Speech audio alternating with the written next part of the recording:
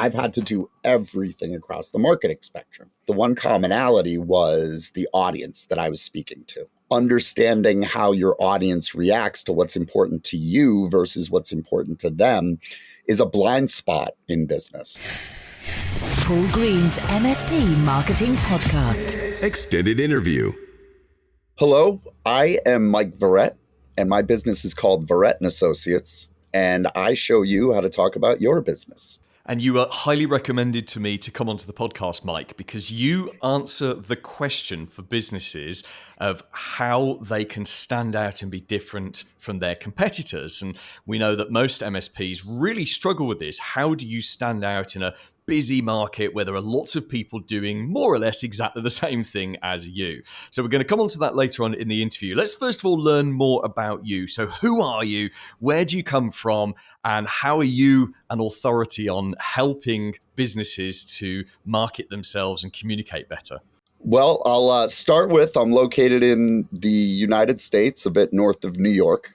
And I spent about 27 years in marketing, advertising, and brand management, ultimately. I can confidently say that I have concepted a new action figure for a Marvel film, let's say, based on a consumer insight, gotten it built, written the marketing plan, worked on the ad campaign, wrote the commercial, and acted in it. I've had to do everything across the marketing spectrum. But when I looked back on my 25 years, the one commonality was the audience that I was speaking to. I always had a good understanding of how to connect to an audience and bring them through an idea on their terms. And that becomes remarkably important in communication, because when you have something that's yours that you want to tell someone about, every part of it is yours. And understanding how your audience reacts to what's important to you versus what's important to them is a blind spot in business. Because when you're thinking about everything, 100% important to you, and only 5% matters to your audience, how do you find that 5%? This is something that I've looked back on my career and said, this was a problem that I actually was figuring out and solving, but I didn't realize I was doing it. And it's a difficult thing to see from the inside, simply because, let's say Stephen King, a famous author, writes a new book, 400 pages of horror genius. There's no way he can extrapolate the 3 paragraphs that have to go on the inside flap to sell the book, because he knows absolutely everything. He needs somebody to read the book and pull out what's going to be important to the audience to get them to buy it. And that's similar to how businesses operate, as they see everything. Trying to see the outside is hard. So I've turned my business into quite literally showing other businesses how to talk about themselves to their audience, simply by understanding how an audience thinks, helping them to clarify what they need to do to reach that audience, and creating one way to talk about your business, one message that breeds that consistency with your audience, and you're known for the right reasons. And that reason is different. How do you appear different? Yes. How do you appear different? And this is music to my ears, because you have as you would expect, because this is what you do for a living, you've managed to summarize there why I think so many MSPs struggle with marketing. Essentially, they assume that the audience they're speaking to has the same knowledge that they do, both about technology, but also about their specific business. I mean, is this a common thing for all business owners then? Absolutely. MSP owners are part of that. And it's any business, though, goes through the same thing, where they know what they have. We think, when it's our business, we think in terms of services and benefits to our audience. But let's take a step back and think about how we get there. We start out, any business, MSP owner included, with a vision of what you want to build. Then you build it, and it's predicated on what problem am I solving for my customer. You build it, you get to the services that you can provide, the products that you can provide, and how you can help them. Of course, you want to go out and tell them about that. It's human nature. You built it. Look at this. The problem is everybody has built a solution similar, and everybody is out telling them about the services and benefits to them. so everyone looks the same. And it's simply because businesses, I'll give you two thoughts here. One, there's no business without show business, meaning every business there are scripts, there are actors and actresses, there are roles, there are directors, there are producers. All of this is internal. You don't act or talk the way you do in business when you're out of business. We don't say words like ideate or synergize. If you and I were old friends and we went out for a pint one afternoon, and I said, "It's great to see you, Paul, but I got to run. I got to go pick up my son. So what are your KPIs this weekend?" I would never, ever say that. I'd say, "What are you doing this weekend?" So just by being an internal process to get to services and benefits, they are already putting themselves in a corner.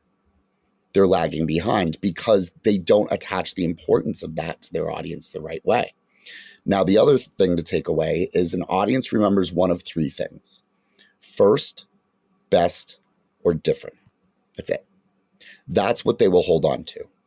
And first and best are obviously tough to come by, okay? First is by definition, that's the first time I've ever done that. Best is subjective. That's the best food I've ever had. May not be related to somebody else, but different is something that stands out to everyone. And I'll give you a very quick example of this. You go on Google to search for a plumber. You hit search. First three results say, "We are a plumber," and a phone number. The fourth result says, "Stop now. Water has escaped the system it's supposed to be in. That's bad. Drop everything. Call." One of those four looks completely different. The reason is because the fourth one chose to speak to you about why you typed plumber into the Google search bar. They didn't just say, "Yep, you're in the right place. We're a plumber." They said, "Oh, we know why you're here. You have a leak. Water is dripping where it shouldn't. If it's a light bulb or a shingle on the house, that'll wait till the weekend, but not water." And that plumber knows that. So that's how they appear different. That's what an audience remembers. That's what we have to work towards. And if you think about the world of MSPs, it becomes really challenging when everybody has the same type of technology or support or service, and they're all saying the same thing. It creates a world of sameness. It does, and samey kills sales. Yep. So the issue that MSPs have, and taking your earlier point that you're fully absorbed in your business. So Yeah. every MSP has, to the outside world, they do the same thing. Now, I know, and most MSPs know, that actually they do things differently. So they'll have different ways of working. There are an unlimited series of differences between one MSP and another. It could be their technology stack. It could be their procedures, their processes. Everyone has all different ways of working, down to experience levels and all of that sort of stuff. But to the ordinary, everyday business owner and manager who is ultimately buying from them, who are not privy to all of this information and all of this complexity, they just see, "Oh, here's a company that fixes computers. Here's a company that fixes computers." Because even though that's not what MSPs do, MSPs are so much bigger than that. That's very much the mindset of, "Oh, we just need someone to look after the IT." So what's the process, Mike, that you would take an MSP through to help them find the thing that makes them seem different from their competitors? The first place to go is understanding what the customer needs and why they are looking for this help, right? So I need to put myself in the shoes of who the MSP audience is. I'm going to go out on a limb and say that a managed service provider is going to be targeting smaller to mid businesses, probably not big businesses, because big businesses are going to have, say, an internal team to manage it, an IT department. So we've got small to medium-sized businesses who have something to sell but are thinking in terms of technology stack or process or little features and benefits. And that's what they see as their value. But all of that is hidden in the fact that this person has IT issues and they have to manage everything in their business. They don't have a department. So the first thing I'm thinking, if I'm an MSP owner, and I want to connect to them the right way, is about all of the technology they need and how much of it they don't understand. And they need a partner to get them where they need to be, understanding how to get them what they need, how to use it, and support it along the way to make sure they reach their success. That's much more important than a feature, much more. Yes, absolutely. So it's really about understanding. Well, I guess it's like trying to. This is the hardest thing, isn't it? It's trying to figure out how people who aren't like you think and how people who aren't like you act. And I guess this is where you come in, Mike, because this is what you do for a living, based on your, as you said earlier, your 25 years of experience. Tell us a little bit more about what you do and how we can get in touch with you. Well, what I focus on is getting to that one message, one way that a business talks about itself that is the same on a website, LinkedIn profile, networking pitch, sales presentation. Building that consistency and standing out is different. And I work within 2 weeks, 3 meetings to get businesses sorted so that they could start building their website and going out and selling and saying the right thing on networking pitches. And I work with businesses big and small, but where I excel is businesses that have to worry about everything. Small businesses, medium-sized businesses that are growing, either of those growing, there's a lot that they're taking on. And if I can help them to get that clarity on how they speak to their audience, it tends to solve a lot of challenges down the road. The easiest way to get in touch is to find me on LinkedIn, Mike Verret, Verret. And you can schedule time with me right from there. And you can also go to my website, Verret Associates.com. So let's talk about the customer. So the customer's not in the business, and the customer doesn't have the knowledge that we have. Why do you think? Let's explore more about why we as business owners lose touch with the customer. I mean, to put some context on this, I spend all day, every day, creating content and writing content for my MSP members, my MSP Marketing Edge, to use in their marketing. So I'm kind of thinking about ordinary business owners and managers day in, day out, a lot more than the MSPs I work with do. And so my mindset is, and I'm a former radio presenter and journalist, so I, probably similar to you, had training very early on in my professional career about how to position something to someone else, to a different audience. So my first thought is always, what's the audience for this? Which I know is not the thought that ordinary business owners have. So do you see that as we become more and more entrenched in our business as the years go by, that this gets harder and harder for us because we're less and less like other people? I think the challenge comes a little bit before that. Okay, so imagine you have a vision, an idea for a business, and you want to become an MSP owner. Your vision is a straight line from here to here. You're here, vision here. And think about the process. Like, I'm going to do this. I'm going to have this kind of equipment. I'm going to drive this truck. This is where my office is going to be. We play out the whole thing. But it's all on a visionary straight line, okay?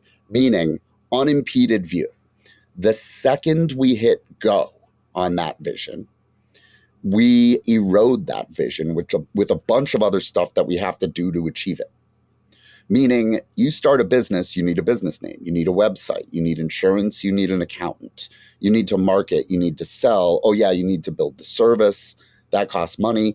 All of those things start stepping in the way of that perfect straight line.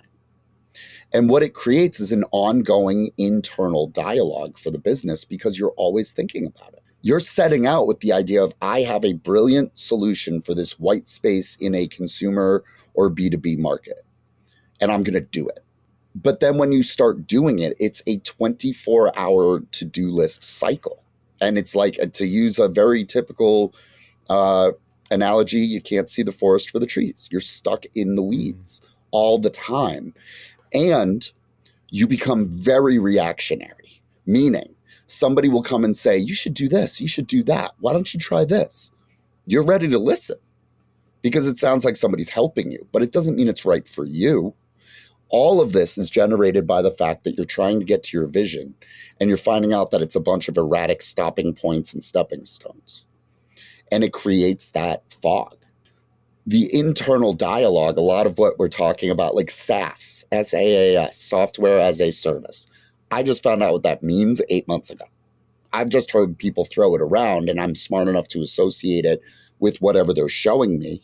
But it's created internally because that's how we're going to talk internally. We're not going to say software as a service, for instance. We're going to look for practical ways to get around it. We're going to try and sound smarter. We're going to try and sound businessy. We're going to say words like synergize. Why? It's just because it sounds businessy. We don't talk about forecasting in the real world, but in business we do. So it forces itself to do it. What happens is all of those pieces get generated into features, functions, benefits that we think as the business are important to the audience. The problem is the audience just isn't there yet. They don't understand full stack technology like you do. So when they see it on your website, it turns them off, doesn't it? When they see that on your website, or it makes unless they're looking for that exact thing.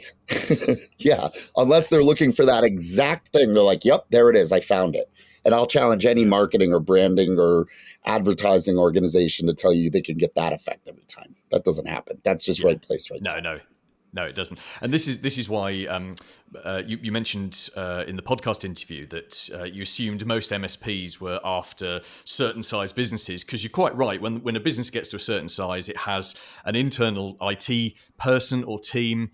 And that's when the MSPs actually do still work with those kind of companies, but they typically tend to be something called co-managed. And co-managed is where you work with that team. Now, here's the thing. Marketing to a business that's using co-managed IT is a completely different type of marketing than marketing to the business owner, because you're marketing to someone who is in your world, who understands you. And actually the message is very simple. It's, hey, look at our credentials, look at our credibility. We're here to make you look good. We're not a threat to you. Whereas, of course, the marketing message to the business owner or manager is much more of an emotional one of, hey, we've got your back. We're not gonna do any damage. You can trust us. It's almost never about technology, and yet most MSPs make the technology the centerpiece of their marketing. It's crazy, isn't it? It's actually understanding the technology more than anything else. I've run into this problem. I need help. Is more what you're getting to, not I need the technology itself. You're working as you're helping them to grease the skids, so to speak. You're helping them to use all of these tools that they have. It doesn't mean everybody who uses them knows how to do it. And you need that expertise in your organization. Yeah, absolutely. Let's just briefly look back again at internal language. So I can't think of any now. Synergizing was the best one you used there. Do you think we ideate? So my theory on what's IDA? Ideate. Instead of think, people say we'll ideate on that. Ideate means idea. Ideate, yeah. Oh, okay. I've never heard it's ridiculous. That. So I have a theory on this. It is ridiculous. Okay. I have a theory on this, and it's about belonging. So my daughter is 11, about to turn 12, and I've noticed that she has a set of words and a set of phrases which are not. I don't know really what they mean. So I can't really give a great example, but she uses certain phraseology. I suppose perhaps the best one is from 10, 20 years ago, when millennials, who are now in their early 30s, but back when they were kids, they would put, if they were saying later, they would put L8ER. In a text message. Maybe that was down to the restrictions of the technology, the phones. Today it's TLDR. TLDR is the perfect one. Yes. Too long didn't read. It's the perfect cultural abbreviation, because it's like, I don't read that stuff. I look at pictures. I look at icons. I type icons. Yes, exactly. So my theory on this is that that kind of shared language, it bonds people together. So you have that, my daughter and her friends will use a shared language, different language when they're talking than when she's talking to me. And maybe we do the same in our workplace as well. And I certainly, if I think of, we've built some systems internally here, and we have abbreviations for those systems, and we don't tend to talk about this. We don't, as you were saying earlier, we don't explain the whole system. We just use the abbreviation for it. Do you think that's one of the ways that we do bond with our colleagues when we're in a business with them? I think it starts as a point of a lot of the terminology, but let's stick with acronyms and abbreviations, getting things down, like SAS, perfect example. It is it is speed, it's functional, it's being able to communicate a point just like L8R. How do you make it shorter to get the same point across? So that's where it really comes from. The issue is it doesn't get filtered out. There's this natural expectation that our customers will understand what we're talking about. But the necessity for it, the functionality of it, we could go to, I don't know if you've ever seen the movie Apollo 13 starring Tom Hanks, but it's about the lunar landing or an attempted lunar landing. All they use is acronyms. The LEM is the Lunar Excursion Module. That's because it's much easier to say in communication. And businesses do that all the time. ASAP. It's a good example. Everybody abbreviates for communication purposes, but it gets carried over in their vernacular all the way down to how they think about their services and benefits. There is a sense of belonging to it, but it's more a dialect thing. If a new word is included, people using it sound like they're in, but overall it becomes a dialect challenge. And they leave remnants of the dialect in their communication to the outside world. Okay, Mike, we are now going to come to the final question. And of course, what I really want to talk about is Jurassic World. So tell us about this dinosaur that you named. Well, in my time working at Hasbro Toys, I worked on the product team for the product launch for Jurassic World, the movie that came out in, I believe, 2015, starring Chris Pratt. So it was the rebirth of the original franchise. And one day we get a call from our PR team saying, you need to look at what they named the big bad white dinosaur in the movie. They named it Diabolus Rex. And we said, okay, we'll look it up. We did a Google image search, and the only image that came up was a picture of the outgoing president of the Church of Satan, who had horn implants and black contacts and a scraggly beard. He looked like what you'd draw if you were drawing a prototypical devil worshiper from, comic books. And we called Universal Studios and said, you cannot name it this. You're selling toys to 4-year-olds and their moms. If they search it and see this guy, it's going to be a problem. So they say, you need to help us come up with a new name for this dinosaur. And this is the big white dinosaur in the movie. He's the bad guy, the antagonist. I take it to heart, and I'm reading it as I have to sell them on a new name. So I spend the next 3 hours writing words next to Rex out of a Latin dictionary that look cool. And I go back and define them, and the word Indominus means indomitable or unconquerable in context. So imagine this. I put together a 9-page deck to sell Universal Studios on this name. This is a big deal. Indominus Rex, brilliant. It's got a whole story. We get back together with them 4 hours later. 2 people from licensing, VP from marketing, and a scriptwriter are on the call. They say, all right, what do you got? I go off, first slide I get to, the name we recommend is Indominus Rex. They say, great, can you send that over? We got to run, thanks so much. And that was it. That's brilliant. But so did you get a credit? dinosaur in the movie, Indominus Rex, in the process. And did you get a credit in the movie title? Absolutely not. Oh, that's a shame. That's a shame. It's a great story. The only proof I have that it happened is if you search Diabolus Rex, you will no longer just see this terrifying human. You will also see sketches of that dinosaur. Perfect. Well, you've now got thousands of MSPs all over the world diving onto their phones to go and search for this. Mike, just remind us very quickly again, what do you do and how do we get in touch with you? I help businesses show them how to talk about themselves to their audience and figure out one way to talk about what you do. And you can find me on LinkedIn, Mike Verret. Always leave me a message there. I love to connect. Or visit me at my website. It's Verret and Associates, AND, associates.com. Paul Green's MSP Marketing Podcast. Extended interview.